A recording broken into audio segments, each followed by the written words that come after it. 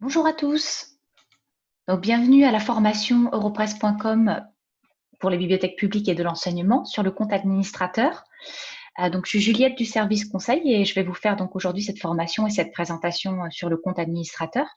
Donc, si vous m'entendez bien, n'hésitez pas à me faire un petit message dans les questions par écrit pour savoir si tout le monde entend bien. Donc voilà. C'est normal que vous n'ayez pas de micro, hein. Ne vous inquiétez pas, c'est normal puisque tous les micros de tout le monde sont coupés, on est très nombreux. La formation va se dérouler de la façon suivante. Il va y avoir donc une démonstration des principales fonctionnalités du compte administrateur. Donc, je vais vous montrer tout ce qu'on peut faire sur ce compte-là. Et puis après, il y aura une partie questions-réponses. Vous pourrez poser des questions et des questions à l'écrit, donc exactement comme vous venez de faire.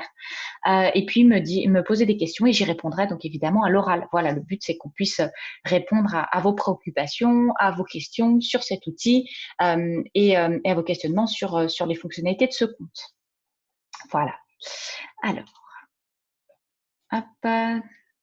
Donc, je vois que tout le monde a répondu, que ça fonctionne bien pour le son. Je vous remercie beaucoup d'avoir fait un petit message. Donc, on va commencer la formation.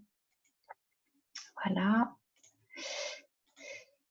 Donc, le compte administrateur, c'est un des comptes qui est présent dans votre abonnement Europresse pour bibliothèque publique et de l'enseignement. Je vais refaire un petit récap, comme à chaque fois en début de formation, pour rappeler, notamment pour les nouveaux abonnés qui nous ont rejoints depuis le début, depuis la rentrée. Refaire un petit récap pour vous expliquer donc le fonctionnement et la structure de l'abonnement Europresse. Europresse donc est un abonnement pour bibliothèque publique et de l'enseignement qui vous donne accès à des ressources de contenu numérique, d'information. Dans cet abonnement, vous allez avoir accès à 3 comptes. Vous allez avoir accès à un compte administrateur, un compte expert et un compte usager. Le compte usager, c'est le compte sur lequel se connectent vos étudiants, vos élèves, vos usagers, que vous soyez bibliothèque publique, enseignement, lycée. Et c'est sur ce compte-là qu'il y a des sessions simultanées multiples. Donc, c'est le compte dans lequel on va se connecter sans identifiant et sans mot de passe. Ce compte usager-là, c'est le compte où on peut se connecter à plusieurs en même temps. On n'a pas besoin d'identifiant personnel puisqu'on a un lien de connexion pour accéder à la base Europresse et faire ses recherches et lire ses articles. Donc, le compte usager, c'est le compte multisession. Donc là, ça dépend aussi de votre abonnement. Il y a des abonnements avec des sessions illimitées pour les lycées. Et après, pour les bibliothèques publiques ou bibliothèques de l'enseignement, bibliothèques universitaires, il y a un certain nombre de sessions simultanées qui est décidé en fonction de votre abonnement avec votre responsable commercial au début de l'abonnement. Évidemment, un nombre de sessions simultanées qui correspond à la population que vous couvrez et aux personnes qui sont susceptibles d'utiliser Europresse dans votre structure. Donc, sur le compte usager, on se connecte donc avec un lien de connexion, soit via la reconnaissance des adresses IP en accès local, soit via un ENT, un site internet sécurisé, le site de l'université, le site de la bibliothèque publique, soit via des portails ou des environnements numériques de travail pour les lycées, donc lycée connecté par exemple pour les lycées de la Nouvelle-Aquitaine, ou via EasyDoc, qui est aussi un portail de ressources documentaires de l'éducation nationale, ou via le GAR, donc le gestionnaire d'accès aux ressources aussi de l'éducation nationale. Donc, on a toutes ces possibilités d'accès-là qui sont possibles pour les accès usagers. On peut faire l'accès local, l'accès distant, l'accès, voilà, différents types d'accès. Sachez que pour les lycées de la Nouvelle-Aquitaine, donc, normalement, vous devez accéder via le portail GAR, puisque Europresse est intégralement mis en place déjà dans votre portail GAR. C'est automatique. On a des lycées de la Nouvelle-Aquitaine qui nous ont rejoints il y a moins d'une semaine. Et donc, pour l'accès aux usagers, vous pouvez accéder via le portail GAR. Voilà. Donc ça, c'est le compte usager. C'est donc des comptes qui ne sont pas personnels, qui sont un compte avec multiples sessions qui se remet à zéro à chaque connexion. Les 2 comptes qui sont des comptes personnels, c'est le compte administrateur et le compte expert. Le compte administrateur et le compte expert sont 2 comptes qui sont créés par défaut dans votre abonnement. Vous en avez toujours un administrateur, un expert dans chaque abonnement Europresse.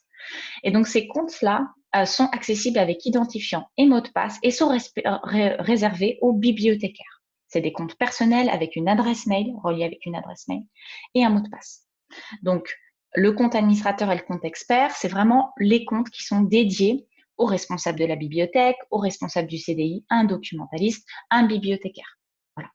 Donc, c'est des comptes qui vont permettre de faire des fonctionnalités différentes Le compte expert permet de faire de la recherche de la veille, des alertes par mail et également de créer des dossiers partagés qu'on va partager avec le compte usager. Voilà. Ça, c'est pour le compte expert. C'est un compte personnel pour le bibliothécaire, en fait, ou le responsable du CDI. Donc, le compte expert, vous avez la possibilité qu'il soit attribué à un bibliothécaire à l'intérieur de votre structure ou au responsable du CDI. Donc, le compte expert, voilà, il y a des formations qui sont faites spécifiquement sur le compte expert, également sur le compte usager, évidemment. On en a fait une mardi, là, il y a 2 jours, sur le compte usager. Tous les mois, on organise des formations. Mais sachez que sur la page des outils de formation, vous avez accès à des guides, des tutoriels et des formations enregistrées sur les comptes administrateurs, experts et usagers. À tout moment, vous pouvez revoir ces formations depuis la page des outils de formation. Vous avez la possibilité donc de directement revoir les formations, revoir les fonctionnalités des comptes experts, usagers et administrateurs. Donc, compte usager pour les usagers finaux, multiples sessions. Compte expert, compte personnel de recherche et de veille et de partage d'informations du bibliothécaire. Et on en vient donc au compte administrateur. Le compte administrateur, c'est le compte qui est aussi réservé à un bibliothécaire, un responsable du CDI, dans la structure abonnée. Il est attribué en début d'abonnement à l'adresse mail qu'on nous a donnée, que le commercial nous a donnée en début d'abonnement. Donc, ça peut être une adresse mail générique. Après, vous pouvez nous demander évidemment de le réattribuer. C'est le seul compte que vous ne pouvez pas vous attribuer vous-même. Donc, nous, on l'a attribué en début d'abonnement. Au début de l'abonnement, on vous envoie un mail qui s'appelle Europress compte administrateur, dans lequel on vous dit on vous a attribué le compte administrateur à telle adresse mail. Mais vous pouvez évidemment nous écrire au service conseil, donc je vous donnerai l'adresse en fin de formation, pour nous demander une réattribution du compte administrateur à une autre adresse mail. Voilà, ça c'est tout à fait possible de le faire. Voilà. On peut le faire évidemment si la personne part, s'il y a une nouvelle personne, voilà, n'hésitez pas à nous demander. Le compte administrateur, c'est un compte qui ne permet pas d'accéder aux articles. C'est pas un compte de recherche et de veille, c'est un compte de gestion. C'est un compte de management de votre abonnement. Sur ce compte, on va avoir donc un paramétrage des comptes usagers et des comptes experts possibles, la possibilité de créer des groupes de sources, et puis également comment on va pouvoir obtenir des statistiques d'utilisation, de consommation de la plateforme Europress. Voilà, donc c'est ce qu'on va voir aujourd'hui sur le compte administrateur. On va passer sur Europress. Hein. Donc, compte accessible avec un identifiant et un mot de passe. Tac. Voilà. Hop. Donc, le compte administrateur, excusez-moi, est accessible avec un identifiant et un mot de passe. Donc, l'identifiant, ça va être soit un identifiant du style, vous voyez, moi j'ai un identifiant qui s'appelle BE interne, mais la plupart du temps, dans 95% des cas, ça sera votre adresse mail. C'est l'adresse mail à laquelle on a paramétré le compte administrateur en début d'abonnement. Hein, voilà. Donc, vous mettez votre adresse mail et votre mot de passe et vous vous connectez donc au compte administrateur. Sur ce compte, on va retrouver 3 onglets. L'onglet Gestion des comptes, l'onglet Gestion des sources et l'onglet Statistiques. Vous voyez en haut. L'onglet Gestion des comptes. Cet onglet Gestion des comptes, il va vous permettre de, vous, en tant qu'administrateur, gérer tous les autres comptes. Donc, il va vous permettre de gérer les comptes experts et les comptes étudiants.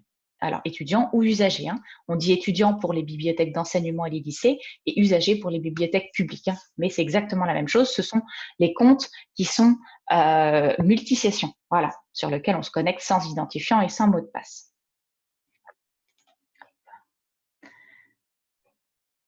Donc, la gestion des comptes, ce premier onglet, va vous permettre, vous, d'attribuer les comptes, de les gérer, de les paramétrer.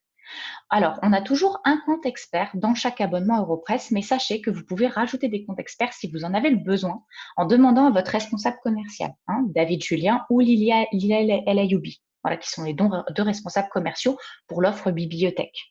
Donc, les comptes experts, il y en a toujours un par défaut, mais si vous souhaitez en rajouter, que vous voulez en avoir un par unité d'enseignement parce que vous êtes une bibliothèque universitaire, que vous souhaitez en avoir 2 parce qu'il y a 2 bibliothécaires, chacun veut leur compte, c'est tout à fait possible de le faire. Hein. Il y a un léger coût, mais on peut tout à fait rajouter le nombre de comptes experts que vous souhaitez dans votre abonnement. On a donc les comptes experts qui sont actifs et ceux qui ne sont pas actifs. Ceux qui sont en grisé, vous voyez ici, il y a marqué disponible et ils ne sont pas actifs. Ceux qui sont pas en grisé, et quand il y a une adresse mail qui est indiquée et un nom, prénom, il y a marqué actif, ça veut dire qu'ils ont été activés. Vous, en tant qu'administrateur, vous avez la possibilité d'activer le compte aux adresses mail que vous souhaitez. On vous active le compte administrateur et c'est vous qui devez attribuer les comptes experts aux adresses mail que vous souhaitez en fonction d'une concertation qui s'est faite. Voilà, c'est telle personne qui travaillera sur le compte expert. Donc, le compte expert, je rappelle, c'est celui qui permet de partager les dossiers du compte expert au compte usager. Donc, il faut penser que c'est quelqu'un qui va avoir la main pour partager de l'information avec les usagers. Donc, pour attribuer les comptes experts, on peut cliquer ici sur la petite molette, complètement sur le côté droit, sur la ligne expert, et on peut faire attribuer un utilisateur. Donc, attribuer un utilisateur, là, on va arriver, on va mettre le prénom, le nom, prénom de la personne. Voilà, moi, mon prénom, voilà, Juliette Pomonti. Et puis après, on peut mettre le mail. Voilà, ça, c'est le mail du service conseil, biblio.france@cision.com. Voilà, et choisir Madame. Donc là, quand vous aurez rempli tous ces champs, ici, il y a un bouton orange qui s'affiche et qui va vous dire envoyer. Ça va envoyer un mail automatique à l'adresse mail que vous avez saisie pour que la personne puisse activer son compte expert. Donc là, si vous cliquez sur envoyer, ça va envoyer à biblio.france un mail pour activer le compte expert dans Europress. Voilà, je fais envoyer. Et donc là, vous voyez que le compte a été attribué. Il est encore grisé parce qu'il a été attribué, mais il n'est pas actif. Ça veut dire que la personne qui a reçu le mail ne l'a pas encore activé. Voilà, donc quand elle aura créé son mot de passe et qu'elle l'aura activé, il y aura marqué actif. Après, si vous souhaitez ce compte-là, annuler l'invitation, vous vous êtes trompé, vous ne souhaitez pas que cette personne ait accès, vous pouvez annuler l'invitation ou envoyer l'invitation à nouveau si la personne ne l'a pas activée. Voilà, tu n'as pas reçu le mail, voilà, la collègue n'a pas reçu le mail pour activer le compte expert, on lui envoie l'invitation à nouveau. C'est un mail automatique, ça peut tomber dans les spams, dans les courriers indésirables, donc il faut bien vérifier. Donc là, si j'annule l'invitation, on me dit on annule l'invitation et le compte expert maintenant est à nouveau disponible. Vous voyez, voilà, il est à nouveau disponible. Donc ça, c'est pour attribuer un compte qui n'a pas été attribué. Quand on a un compte qui a déjà été attribué, on voit qu'il est pas en grisé, il est marqué actif. Et quand vous cliquez ici sur la petite molette, vous avez la possibilité de transférer le compte. Imaginez que la personne est partie, vous voulez transférer le compte à une autre personne. Vous pouvez faire transférer le compte et remplir les champs et ça va lui envoyer une invitation et il y aura une nouvelle personne qui pourra mettre un mot de passe et activer le compte avec son nom. Voilà, c'est juste qu'on change l'adresse mail, mais vous, en tant qu'administrateur, vous pouvez transférer le compte à une nouvelle adresse mail. On peut aussi réinitialiser le compte. Alors, réinitialiser le compte, attention, ça supprime tout ce qu'il y a sur le compte. Les recherches, les veilles, les dossiers, les groupes de sources, les dossiers partagés. Ça le remet à zéro, le compte expert. Il va être complètement vierge, tout nouveau. Donc ça, c'est si vous ne souhaitez pas que la nouvelle personne à qui vous avez transféré le compte hérite de ce qu'avait fait la personne précédente. Voilà, réinitialiser le compte, ça supprime tout ce qu'il y avait dessus. On peut également suspendre le compte si vous souhaitez suspendre pour que la personne n'ait pas accès, voilà, n'ait plus accès pour une raison interne. Vous pouvez aussi suspendre l'accès au compte et dans ce cas-là, si vous le faites, ça va apparaître maintenant en rose et il y aura marqué suspendu. Et pour désuspendre, tout simplement, vous décochez. Voilà. Donc ça, c'était pour vous montrer les comptes experts, voilà, comment on les attribue, comment on les transfère, comment on les réinitialise sur ces comptes-là. On a aussi évidemment la possibilité, avec les petites icônes de double visage, de rentrer dans un compte. Donc si vous, en tant qu'administrateur, vous voulez rentrer dans le compte expert qui s'appelle ici Service Conseil biblio.france, on peut rentrer dedans en tant qu'administrateur en cliquant sur l'icône de double visage. Donc là, on est dans le compte administrateur et on rentre dans le compte expert. On ne va pas pouvoir faire dans le compte expert de l'accès aux articles. On va pouvoir faire des recherches, on pourra paramétrer des dossiers, on pourra faire du paramétrage, mais on ne pourra pas accéder au texte intégral des articles. Ce n'est pas un accès de plus au texte intégral, c'est juste pour paramétrer le compte si vous le souhaitez. Donc là, vous pouvez accéder dans le compte expert à la possibilité d'aller dans les préférences. Voilà, vous pouvez changer tout ce qui est préférence du compte expert si vous le souhaitez. Mais en général, c'est la personne qui est sur le compte expert qui le fait. Donc, pour vous déconnecter, vous recliquez en haut à droite sur expert et vous cliquez sur déconnexion pour sortir du compte expert et retourner dans le compte administrateur. Voilà. Alors, la plupart du temps, il y a beaucoup d'entre vous qui ont la même adresse mail sur le compte administrateur et sur le compte expert. Si vous avez la même adresse mail sur un compte administrateur et un compte expert, ça sera le même mot de passe pour les deux comptes parce que c'est une adresse mail, un seul mot de passe. Et vous pourrez naviguer, vous voyez ici, entre le compte administrateur et le compte expert. Vous voyez que le compte administrateur, il est à cette adresse et on peut faire changer de compte et on peut aller sur un autre compte administrateur ou un autre compte expert. Vous voyez ici, on a la possibilité de faire changer de compte. Donc vous, si vous cliquez sur changer de compte et que vous êtes sur le compte administrateur, vous pourrez aller sur l'expert et ainsi de suite. Vous savez sur quel compte vous êtes quand il y a marqué ici administrateur ou expert. Voilà. De toute façon, quand on voit gestion des comptes, gestion des sources, on sait qu'on est sur l'administrateur puisque c'est un compte de gestion. Donc ça, c'était pour la partie management, gestion des comptes experts. Ensuite, la gestion des comptes usagers. Ici, vous voyez que vous avez toujours deux comptes usagers. Vous avez un compte usager local et un compte usager distant. Pourquoi? Parce que nous, on a besoin au service conseil pour paramétrer les accès locaux et ou distants que vous nous demandez de mettre en place, d'avoir deux comptes différents. Si par exemple, j'ai un accès sur un ENT sur le compte étudiant distant, nous, on va paramétrer le compte étudiant distant. Et si on a un accès aussi local via un lien de reconnaissance des adresses IP, on va paramétrer aussi le compte étudiant local. C'est pour ça qu'il y en a deux. Donc, quand les personnes se connectent à distance, par exemple via le GAR, via EasyDoc, via le site web de la bibliothèque universitaire, ils vont arriver sur le compte étudiant distant. Quand ils se connectent par contre via un lien de reconnaissance des adresses IP qu'on vous a fourni, ils vont arriver sur le compte étudiant local. Et vous, en tant qu'administrateur, vous pouvez rentrer, comme on a fait dans le compte expert, dans les comptes pour les paramétrer. Donc, je vais vous montrer parce que le but de l'administrateur, c'est aussi de rentrer dans les comptes pour pouvoir paramétrer le compte en fonction des besoins de vos usagers. Voilà. Et que le compte ait des affichages qui correspondent aux besoins de vos usagers, tout simplement. Donc, pour entrer dans un compte usager, je rappelle, on clique sur la petite icône de double visage au bout de la ligne. Donc là, moi, je vais rentrer dans le compte étudiant local. Alors là, vous voyez, j'arrive sur l'espace PDF. Pourquoi j'arrive sur l'espace PDF? Parce que je l'ai paramétré moi, en tant qu'administrateur. En tant qu'administrateur, vous avez la possibilité donc de rentrer dans le compte étudiant ou usager. Et en haut à droite, quand vous cliquez sur la petite flèche ici, vous pouvez aller dans les préférences. Les préférences, c'est vraiment là où vous allez pouvoir paramétrer le compte usager en tant qu'administrateur pour que ça corresponde à vos besoins aux besoins de vos usagers. Donc, vous avez la possibilité, vous voyez ici dans l'onglet Profil, donc toujours dans les préférences, ici, de paramétrer la langue de l'interface par défaut. L'utilisateur, il peut la changer, il peut mettre français ou anglais quand il est dessus, mais si vous voulez par défaut ça soit telle ou telle langue, vous pouvez le faire. Et puis après, il y a d'autres onglets. L'onglet Général va permettre de paramétrer, alors un nom d'utilisateur, ça c'est pour la connexion, donc ça ne sera pas utile pour vos usagers puisqu'ils n'ont pas d'identifiant de connexion, mais la signature. Tac, tac, tac. Vous voyez la signature, moi j'ai mis « Bonjour, usager de la bibliothèque de Cision ». Et vous voyez que c'est ce qui apparaît dans la barre noire. Et donc, vous, en tant qu'administrateur, vous avez accès à ces préférences, mais évidemment, les usagers, eux, n'ont pas accès à ces préférences. Vous n'y avez accès qu'en cliquant sur le compte administrateur et en allant dans le compte usager. Et donc là, vous pouvez mettre un message d'accueil. Voilà, bonjour usager de la bibliothèque de Cision. Vous mettez ce message d'accueil et ça apparaîtra dans la barre noire. C'est votre message d'accueil pour quand les usagers se connectent, ils voient tout de suite ce message. Voilà. Donc ça, vous pouvez le personnaliser. Vous pouvez choisir la page d'accueil.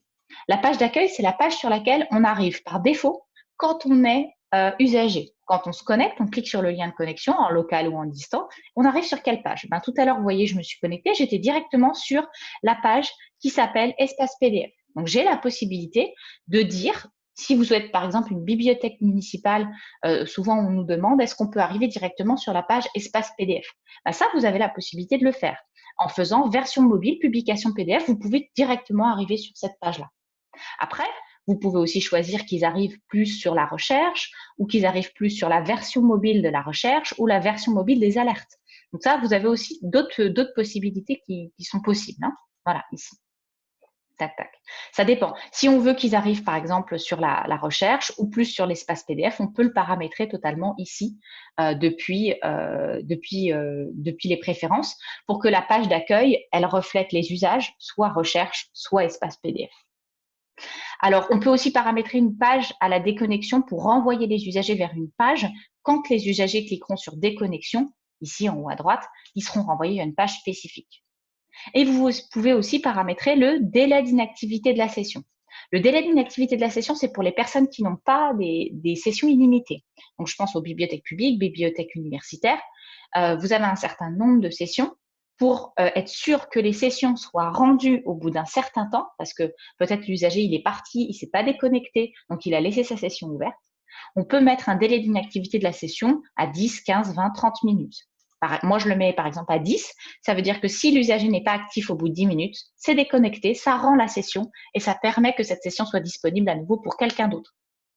Voilà, donc c'est très utile, hein, ce délai d'inactivité de la session. Et si vous le changez, il faut bien cliquer ici sur « Sauvegarder les modifications » quand vous avez fait des modifications ici dans cet onglet. Sauvegarder avec l'onglet orange en bas. On a un autre onglet. Alors là, vous voyez, il me dit « Attention, vous avez fait des modifications, est-ce que vous voulez les sauvegarder ?» Donc, je clique sur « Oui ». Là, je sauvegarde ces modifications. Après, on a un autre onglet qui s'appelle « Recherche ». Là, ça permet de paramétrer l'intégralité du formulaire de recherche par défaut. Donc, le formulaire de recherche, vous pouvez le paramétrer pour que par défaut, il soit de telle ou telle façon, qu'il ait tel ou tel paramètre. Vous pouvez choisir que vos usagers arrivent sur la recherche simple, donc le 360, ou la recherche avancée, si vous souhaitez qu'ils arrivent sur l'une ou l'autre recherche. Ça, c'est possible. Par exemple, pour une bibliothèque universitaire, vous préférez qu'il arrive sur la recherche avancée. On peut choisir le mode d'affichage des résultats de recherche. Le mode d'affichage des résultats de recherche, c'est quand vous avez lancé une recherche par mots-clés, vous pouvez avoir un affichage liste avec les articles sous forme de liste ou un affichage tuile avec les articles sous forme de carré. Donc, vous, en tant qu'administrateur, vous pouvez vous dire « Ah, bah, c'est plus sympa l'affichage tuile avec les carrés, c'est plus ludique, on va mettre l'affichage carré. » Voilà. Ou l'affichage liste parce que c'est plus simple, c'est plus didactique. C'est vous qui choisissez. On peut choisir l'opérateur de recherche par défaut, sachant que la plupart, par défaut, c'est le « et ». Donc, si vous mettez deux mots l'un à côté de l'autre et que vous ne mettez rien, ça va être remplacé par un « et » si vous mettez un espace. Mais vous pouvez choisir un autre opérateur de recherche par défaut. C'est possible aussi. Vous pouvez choisir comment va apparaître par défaut le tri des résultats. L'usager, il peut changer le tri des résultats sur la page des résultats de recherche, mais si vous voulez que le tri soit par défaut date du document le plus récent, vous avez la possibilité de le changer. Par défaut, c'est pertinence, mais on peut aussi changer ce tri. La période par défaut, quand on lance une recherche par défaut, c'est 7 jours, 30 jours, 3 mois. Vous pouvez paramétrer ça aussi. Le domaine de recherche, donc ça, c'est les groupes de sources qui ont été créés dans le compte administrateur, qui sont accessibles à tous les usagers. Est-ce que vous voulez que par défaut, le groupe de sources soit tel ou tel groupe de sources, plutôt que tout le contenu? Vous pouvez le choisir aussi. Et puis, l'affichage des résultats, est-ce qu'on veut juste les 30 premiers mots de l'article dans l'affichage de la liste, de la tuile, du carré, ou le mot-clé dans son contexte? Et on peut choisir également de regrouper ou non les documents jumeaux. Voilà, des documents qui sont quasiment identiques, qui ont un pourcentage de proximité de mots très important. Voilà, donc ça, c'est pour la recherche. Dernier onglet, les veilles, donc les dossiers, pardon. Les dossiers, c'est l'onglet dossier sur le compte étudiant. Voilà, vous avez un onglet dossier. Ce sont les dossiers qui sont partagés du compte expert vers le compte usager. Ces dossiers-là, vous pouvez choisir voilà, qu'ils arrivent sur les dossiers et vous pouvez choisir la période. Est-ce que par défaut, les dossiers, on va être sur 30 jours, 7 jours? Et puis, on peut choisir aussi le tri des documents dans ces dossiers partagés. Donc, je vous invite vraiment à aller dans les préférences voilà, du compte étudiant et à paramétrer les deux comptes, étudiant local et étudiant distant, pour que les préférences reflètent l'affichage que vous souhaitez pour vos usagers. Donc, pour se déconnecter du compte étudiant, on va sortir, on va retourner dans le compte administrateur, on clique sur « Déconnexion ». Voilà. Et là, on est à nouveau dans le compte administrateur. Et pour rentrer, je rappelle, petite icône de double visage. Donc ça, c'était la partie gestion des comptes. En bas de cette page gestion des comptes, vous avez des dates de session non bloquées, ici, que vous pouvez choisir. Ces dates de session non bloquées, ça correspond uniquement aux abonnés qui n'ont pas de session illimitée, donc bibliothèque municipale, publique, bibliothèque d'enseignement hors lycée. Donc, ces dates de session non bloquées, ce sont un nombre de dates par an qui correspond en fait à des journées où on va vous offrir des sessions illimitées sur les comptes usagers. Au lieu d'avoir par exemple 4 sessions dans ma bibliothèque universitaire, je vais avoir des sessions illimitées ce jour-là, c'est sur 24 heures. vous choisissez les dates. Et donc, il y a 10 dates de session non bloquées pour les bibliothèques d'enseignement, bibliothèques universitaires, et 2 dates pour les bibliothèques publiques, voilà, par année d'abonnement. Ça se remet à 0 à la date anniversaire de votre abonnement. Et vous pouvez cliquer sur ajouter une date et rajouter donc une date. Vous voyez, moi, j'avais rajouté par exemple la date de demain, vendredi 2 octobre. Voilà. Donc ça, n'hésitez pas à les utiliser. C'est idéal pour les journées de formation que vous faites vis-à-vis de vos usagers et c'est idéal aussi pour les journées découvertes et portes ouvertes. Voilà, pour une journée où on va mettre Europress en accès illimité pour que tout le monde profite de la ressource et que cette ressource elle soit valorisée au maximum. On va passer donc au deuxième onglet, l'onglet gestion des sources. Alors, l'onglet gestion des sources, c'est là où on va créer les groupes de sources qui vont apparaître sur les comptes usagers et experts. Donc, le compte expert, il peut se créer aussi ses propres groupes de sources. Mais le compte usager, lui, il peut faire un groupe de sources le temps de sa session, mais il ne peut pas sauvegarder des groupes de sources puisque ce n'est pas un compte personnel. Donc, pour les guider, ces usagers, il faut créer les groupes de sources qui correspondent évidemment à leurs besoins. Donc, si on veut créer les groupes de sources qui correspondent à leurs besoins, il faut aller dans cet onglet gestion des sources pour faire s'afficher dans la liste des groupes de sources les groupes de sources qui correspondent à leurs besoins, à leurs usages. Et donc ça, c'est vous qui adaptez en fonction des usages que vous connaissez de votre bibliothèque. Donc là, vous voyez qu'il y a, par défaut, vous aurez des groupes de sources qui sont créés. Donc ça, c'est moi qui les ai paramétrés, mais par défaut, vous, quand vous commencez votre abonnement, vous avez des groupes de sources créés. Vous pouvez très bien prendre ces groupes de sources et les supprimer s'ils ne vous correspondent pas. Hein. Voilà, par exemple, un groupe de sources région Bretagne, moi, je n'en ai pas besoin. Je clique sur supprimer le groupe. Le groupe de sources sera supprimé. Tac, il ne va plus être accessible dans la liste. Je n'ai pas besoin des sources en espagnol.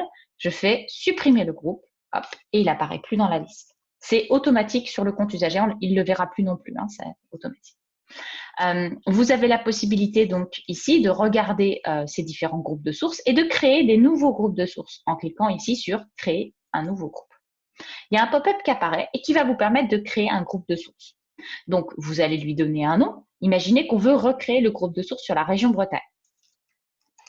On va lui donner un nom, par exemple, source région Bretagne. Hop. Et puis là, on a plusieurs possibilités. Soit on connaît les noms des sources qu'on veut ajouter, soit on va aller les chercher à la main. Donc, on a deux possibilités, les chercher à la main ou alors aller les chercher grâce à des critères de sources. Si on veut les chercher à la main, on va cliquer sur le petit entonnoir ici et on va avoir une zone de recherche qui va s'afficher, qui va nous permettre, grâce au moteur de recherche, de rechercher les sources à la main. Donc là, par exemple, pour la région Bretagne, moi, je veux Ouest France. Voilà, Ouest France, vous allez rentrer le nom de la source. Et puis, vous cliquez dessus pour qu'elle s'affiche au milieu. Donc là, il va bien falloir sélectionner l'opérateur OU pour avoir ou Ouest France, ou l'édition du soir, ou le site web. On continue de rajouter des sources. On va rajouter le Télégramme de Brest. Voilà, Télégramme. Donc là, on peut rajouter des sources séparées par des OU pour avoir ce panier de sources sur la région Bretagne. Une fois qu'on a rempli ce panier de sources, on peut cliquer sur sauvegarder et on aura créé ce nouveau groupe de sources sur la région Bretagne en cliquant sur l'onglet sauvegarder. Voilà, ici. Donc, les groupes de sources, ça peut être intéressant si vous voulez créer des groupes de sources thématiques, économie, finance, sciences humaines, ou si vous êtes une bibliothèque municipale, vous voulez créer un groupe de sources que sur les sources de votre région ou de votre ville. Hein. Ça, c'est vous qui voyez. Vous voyez, il est apparu ici, source région Bretagne. Donc, on va retourner dans créer un groupe de sources. On a aussi la possibilité de créer un groupe de sources, pas avec l'entonnoir si on ne connaît pas exactement les noms des sources, mais créer un groupe de sources par critère. Donc, imaginez qu'on veuille créer un groupe de sources, je ne sais pas, sur des sources économiques. Économie, finance, je suis dans une bibliothèque universitaire et moi, j'ai un pôle très important sur l'économie, sur la finance. Donc, on va mettre le nom du groupe de sources, économie, finance, par exemple. Et puis là, on va aller chercher, donc, la provenance, ça peut être intéressant, mais on va peut-être aller chercher aussi une périodicité ou un domaine. On a plusieurs possibilités. Donc là, vous voyez, si je clique sur provenance, ça va le développer. Et puis là, je vais avoir plein de sources différentes qui apparaissent. Donc là, j'ai toutes les provenances. J'ai Europe, j'ai France, voilà. Et si je clique sur France, vous voyez que j'ai toutes les régions. Et à la suite, j'ai toutes les sources de A à Z, voilà, qui apparaissent. Donc, je pourrais très bien, si j'avais voulu, vous voyez, comme tout à l'heure, faire mon groupe de sources sur la région Bretagne. Je retourne sur je vais mettre Bretagne. J'aurais très bien pu, plutôt que d'aller chercher les sources à la main dans l'entonnoir, aller cliquer sur Bretagne Et là, ça aurait sélectionné toutes les sources. Et si vous voulez voir le détail, vous pouvez cliquer sur Bretagne et puis vous pouvez développer exactement tout ce qu'il y a à l'intérieur des différentes villes. Voilà. Tac. Voilà. Vous voyez, vous avez la possibilité de faire ça. Donc ça, c'est aussi possible. On veut créer un groupe de sources, par exemple, qui englobe plusieurs régions. Par exemple, Grand Est, Hauts-de-France, voilà. Donc là, on a la possibilité de faire un groupe de sources avec plusieurs régions si on le souhaite. Et Bourgogne, par exemple. Pour les désélectionner, vous cliquez dessus.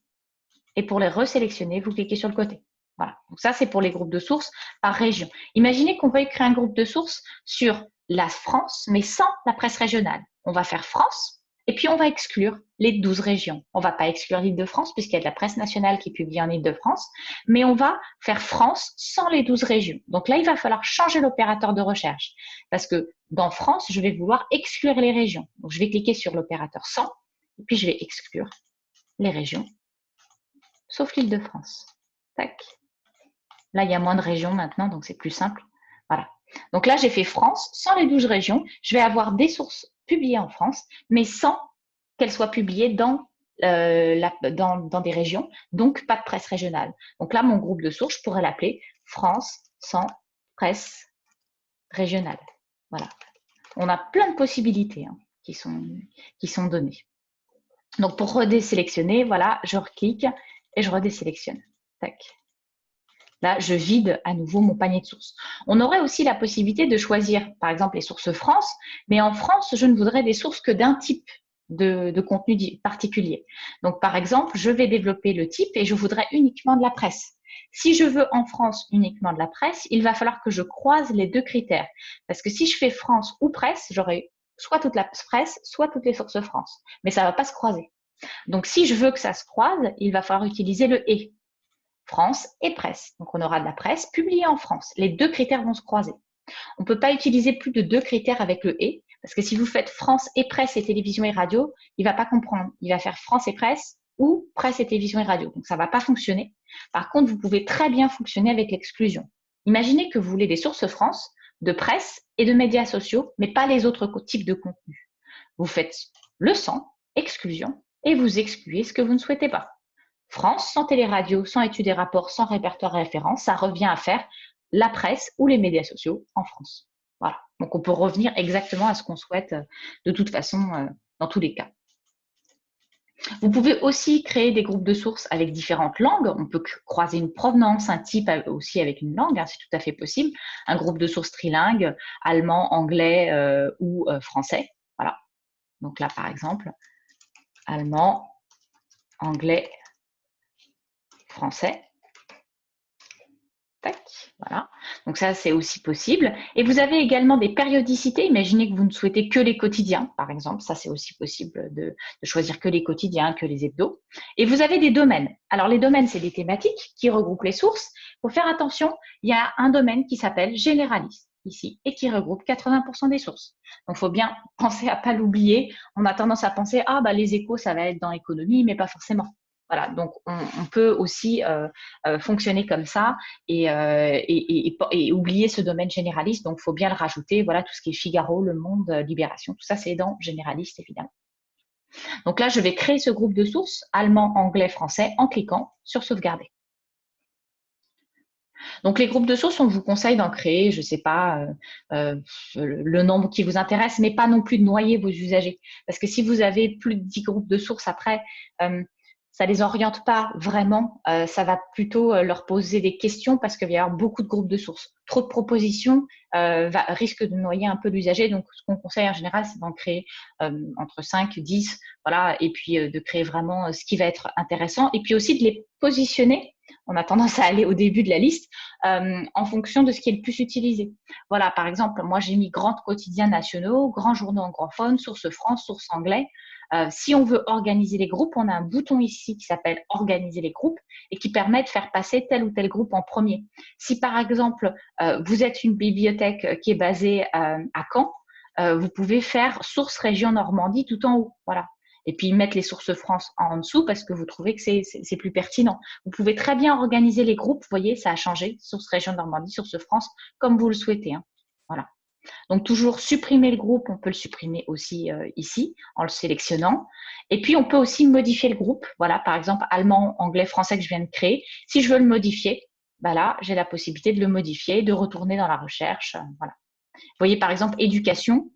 Si vous voulez le modifier et voir ce qu'il y a dedans, bah voilà, on voit ce qu'il y a dedans. On avait mis deux journaux spécifiques sur les universités. Voilà, par exemple.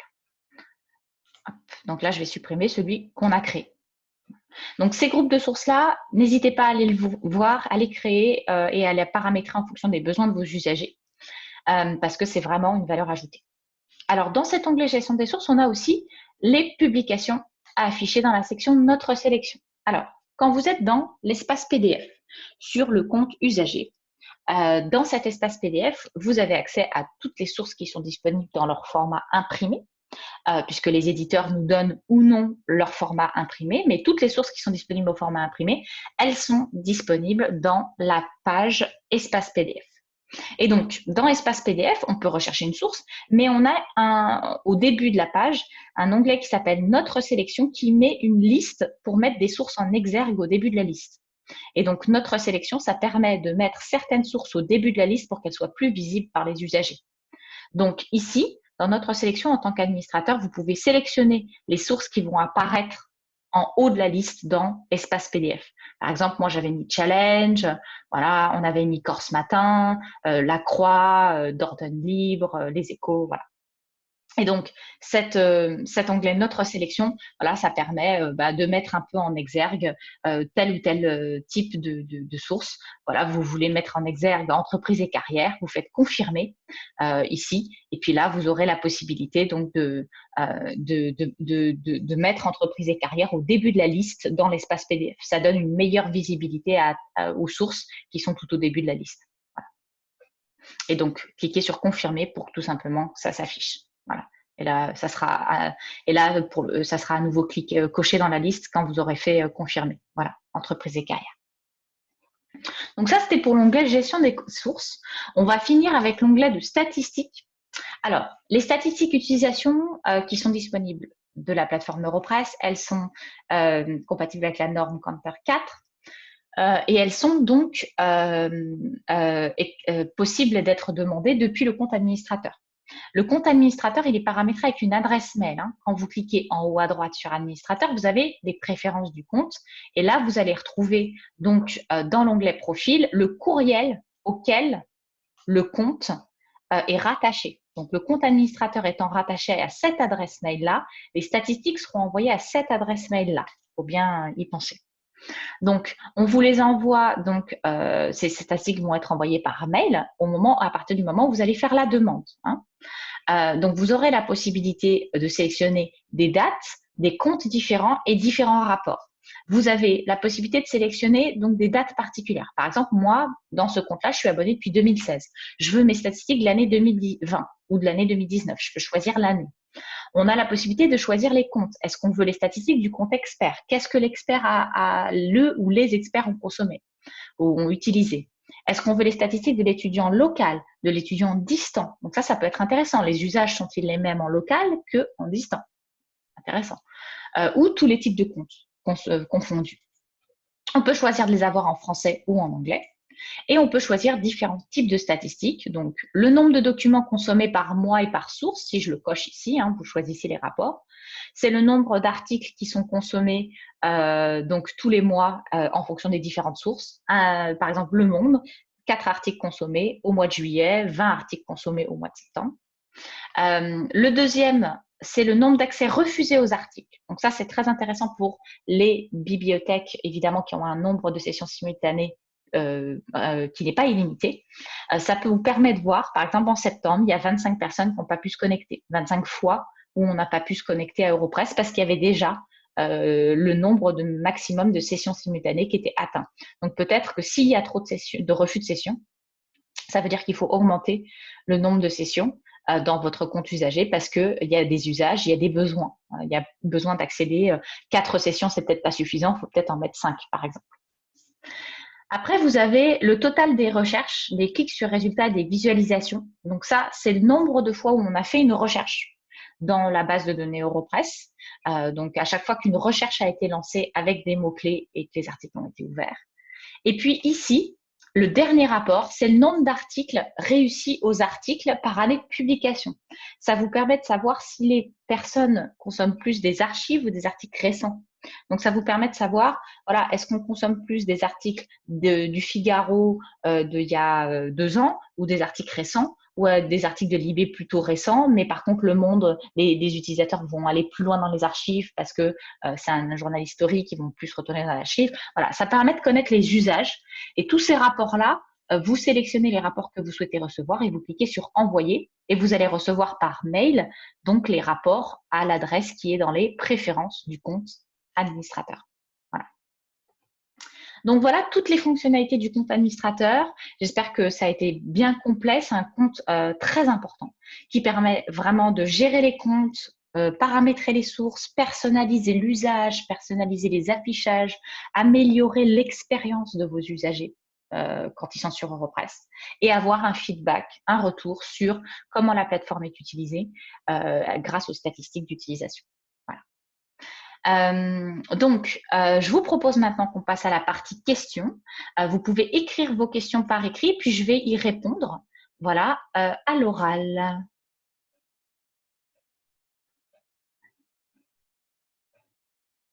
Alors, il y a quelqu'un qui nous dit « Je n'ai pas vu où l'on clique pour ouvrir un compte. » Alors, pour ouvrir un compte, j'imagine que c'est pour rentrer dans un compte. Donc, pour rentrer dans un compte, il faut cliquer sur l'icône de double visage. Si vous voulez, en tant qu'administrateur, aller dans le compte expert ou dans le compte étudiant, vous rentrez dedans en cliquant sur l'icône de double visage. Là, vous êtes dans le compte étudiant. Et pour sortir du compte étudiant ou usager, vous faites déconnexion en haut à droite pour retourner dans le compte administrateur.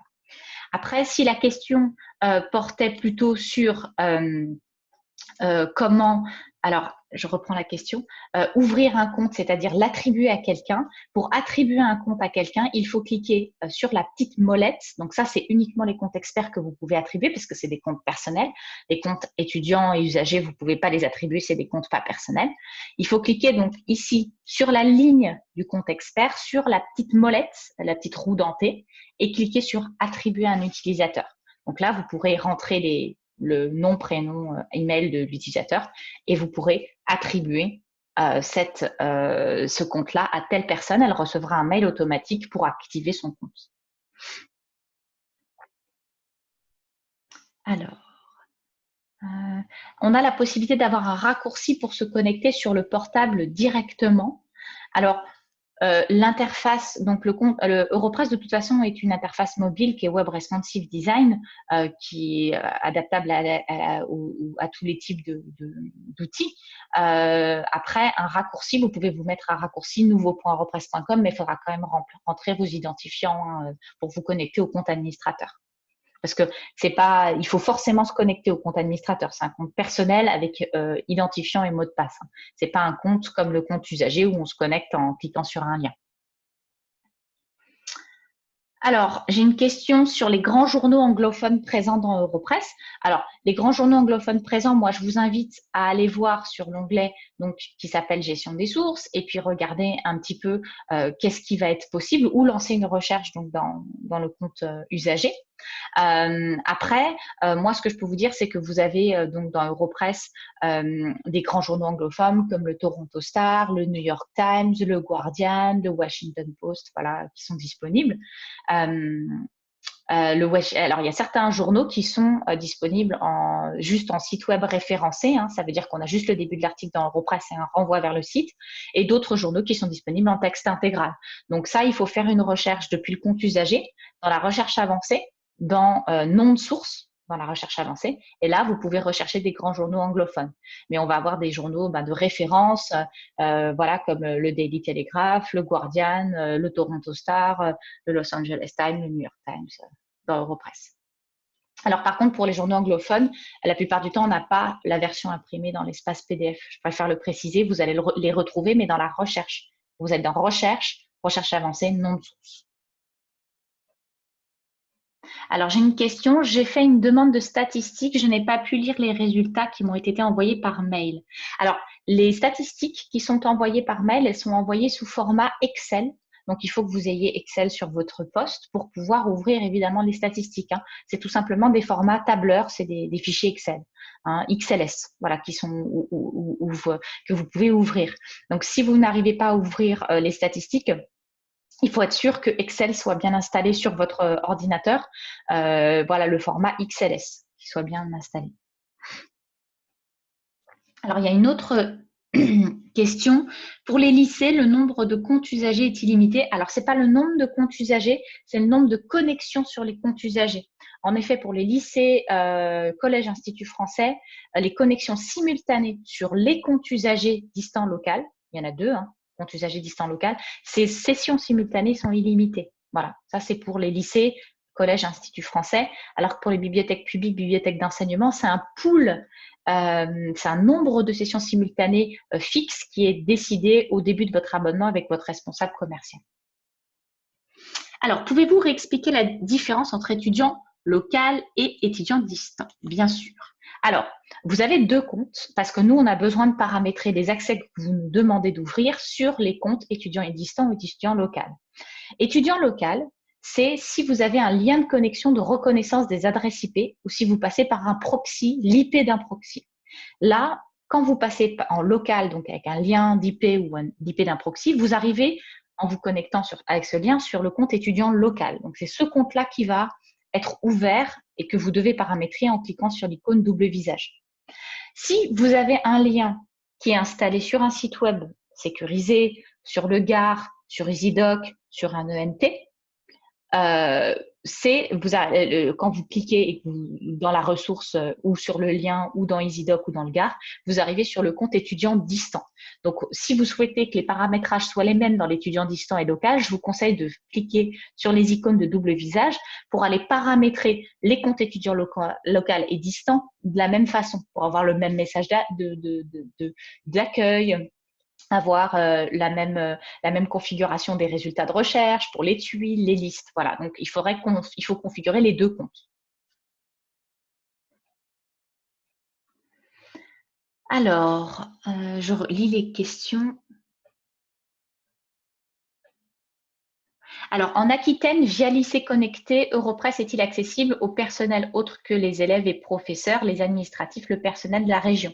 Alors, pour les lycées de la Nouvelle-Aquitaine, donc nous, on nous a dit que vous alliez accéder donc à Europress directement dans le Gard. Donc, c'est automatiquement mis en place. C'est déjà les usagers, vos élèves, ils peuvent accéder en connectant via le Gard, puisque nous, on a enregistré votre RNE et l'accès est déjà mis en place. Pour le moment, le Gard est accessible au personnel enseignant et évidemment aux élèves.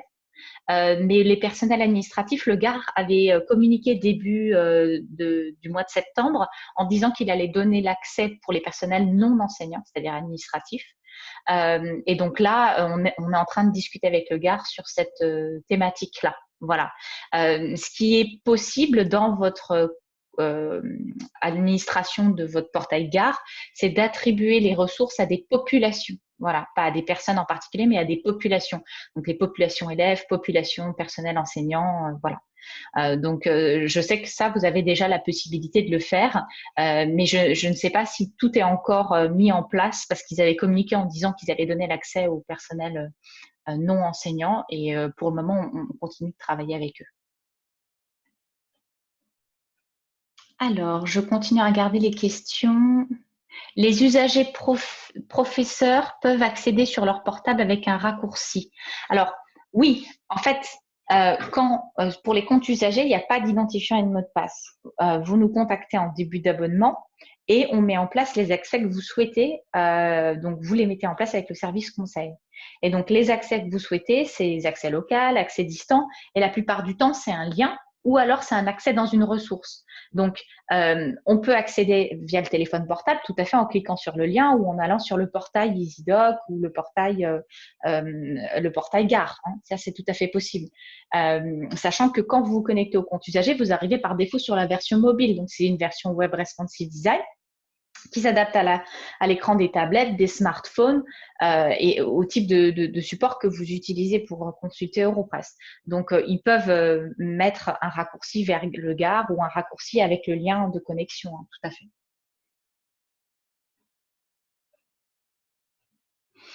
Alors, les fichiers XLS des statistiques sont-ils ouvrables avec LibreOffice, Calc et pas seulement Excel? Alors, comme c'est des fichiers XLS, moi, je pense que qu'on peut l'ouvrir qu'avec Excel ou sinon, il faut peut-être faire une conversion. Parce que tout ce qui est OpenOffice, je ne sais pas si ça s'ouvre exactement de la même façon. Donc, normalement, c'est un fichier XLS, donc il faut les ouvrir avec Excel. C'est des points XLS. Voilà. Alors, n'hésitez pas si vous avez des questions. Hein, je vois qu'il y a des personnes qui ont levé la main. N'hésitez pas à les écrire, les questions, et puis j'y réponds à l'oral. Je les lis et puis je réponds aux questions à l'oral. Alors, je vous redonne le mail du service conseil. Vous voyez qu'il est marqué en haut dans la barre noire, biblio.france@cision.com. Si vous avez donc des questions sur je voudrais réattribuer mon compte administrateur, je voudrais mettre en place tel ou tel type d'accès pour les comptes usagers, tout ce qui est mise en place d'accès, technique, fonctionnalité, vous pouvez nous écrire à biblio.france@cision.com. C'est l'adresse mail du service conseil. Donc, n'hésitez pas si vous avez des questions sur les comptes usagers, administrateurs, voilà, distant, local.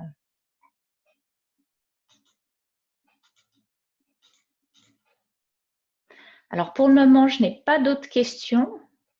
J'ai répondu normalement à toutes les questions.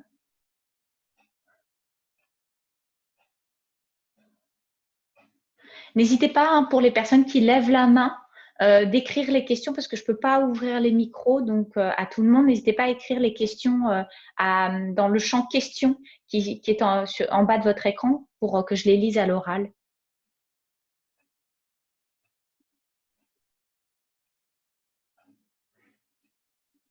Je regarde si j'ai bien répondu à toutes les questions. Voilà, la dernière question, c'était sur le fichier XLS. Sachez que donc les formations sont enregistrées et elles sont mises en place ensuite en ligne sur la page des outils de formation. On enregistre et tous les mois, il y a une formation usagée, compte usager, et un mois sur deux, une formation compte administrateur ou compte expert. Voilà. Mais si vous n'avez pas pu assister à l'une des formations, tout est en ligne sur la page des outils de formation. Vous pouvez nous écrire à biblio.france@cision.com, hein, l'adresse qui est dans la barre noire, pour nous demander voilà, les prochaines dates et nous demander. Hein. Voilà. Alors, il y a d'autres questions qui sont arrivées entre-temps. Quand aura lieu la prochaine formation usagée? Alors, la prochaine formation compte usager, vous pouvez donc visualiser celle qu'on a fait mardi. Elle va bientôt être mise en ligne sur la page des outils de formation, mais il y en a déjà une qui est en ligne. Il y a toujours une formation usagée qui peut être visualisée sur la page des outils. Sachant que là, il va y avoir les vacances d'Atoussa. On va faire la prochaine formation usagée la première semaine de novembre. Vous allez recevoir une communication avec les dates. Donc, n'hésitez pas à vous inscrire. Il y aura une communication qui va être faite dans le courant du mois d'octobre. Mais comme il y a 2 semaines de vacances scolaires, on va faire ça juste après les vacances de la Toussaint. Alors, les dossiers documentaires peuvent-ils être conservés d'une année sur l'autre? Alors, je pense que quand on parle de dossiers documentaires, ça doit être les dossiers partagés. Donc, ça, c'est les dossiers qui peuvent être créés sur le compte expert et qui sont partagés avec le compte usager. Il y a 10 dossiers maximum. Ces dossiers-là, du moment que vous ne les changez pas, les modifiez pas, les supprimez pas, ils restent. C'est vous qui choisissez en tant qu'expert si vous les créez, ce que vous mettez dedans, les mots-clés. Et d'ailleurs, la formation sur le compte expert, on va faire donc la prochaine fois, la première semaine de novembre, on va faire une formation sur le compte expert. Donc, si vous voulez y assister, il y en a déjà une qui est en ligne, hein, sur la page des outils de formation. Si vous voulez aller voir tout de suite comment créer les dossiers partagés, n'hésitez pas. Et puis, on mettra une en place aussi la première semaine de novembre. Donc, n'hésitez pas, pour la page des outils de formation, vous nous écrivez à biblio.france@cision.com. Sinon, cette page est indiquée dans tous les mails qu'on vous a envoyés en début d'abonnement. Il y a marqué nos outils de formation et vous avez accès donc à cette page. Alors, je vois qu'il n'y a pas d'autres questions pour le moment. Ce que je propose, c'est qu'on clôture ce webinaire. Et donc, alors j'ai une dernière question. Pourriez-vous prévoir des horaires différents pour les formations usagées, les profs intéressés, mes cours? D'accord. Alors, pour les formations usagées, en fait, on fait une alternance entre 14 heures en général et 11 heures. donc pour ces formations-là, pour pouvoir avoir soit le matin, soit l'après-midi en fonction aussi de nos calendriers pour faire une alternance. Mais n'hésitez pas à demander aux profs de visualiser les formations qui sont déjà enregistrées depuis la page des outils de formation. Parce qu'en effet, c'est bien qu'ils s'approprient la ressource pour préparer leur cours et la montrer aux élèves s'ils le souhaitent. Mais en général, on essaye de faire les formations le mardi et le jeudi et le matin ou l'après-midi pour réunir le maximum de personnes parce que c'est en général les journées où il y a le maximum de personnes qui sont sur site et qui sont disponibles pour les formations. Voilà. Donc, vous nous écrivez à biblio.france@cision.com, l'adresse qui est dans la barre noire, pour qu'on vous envoie la page des outils de formation. Hein, ou alors, vous pouvez la trouver dans les mails qu'on vous envoie en début d'abonnement. Voilà.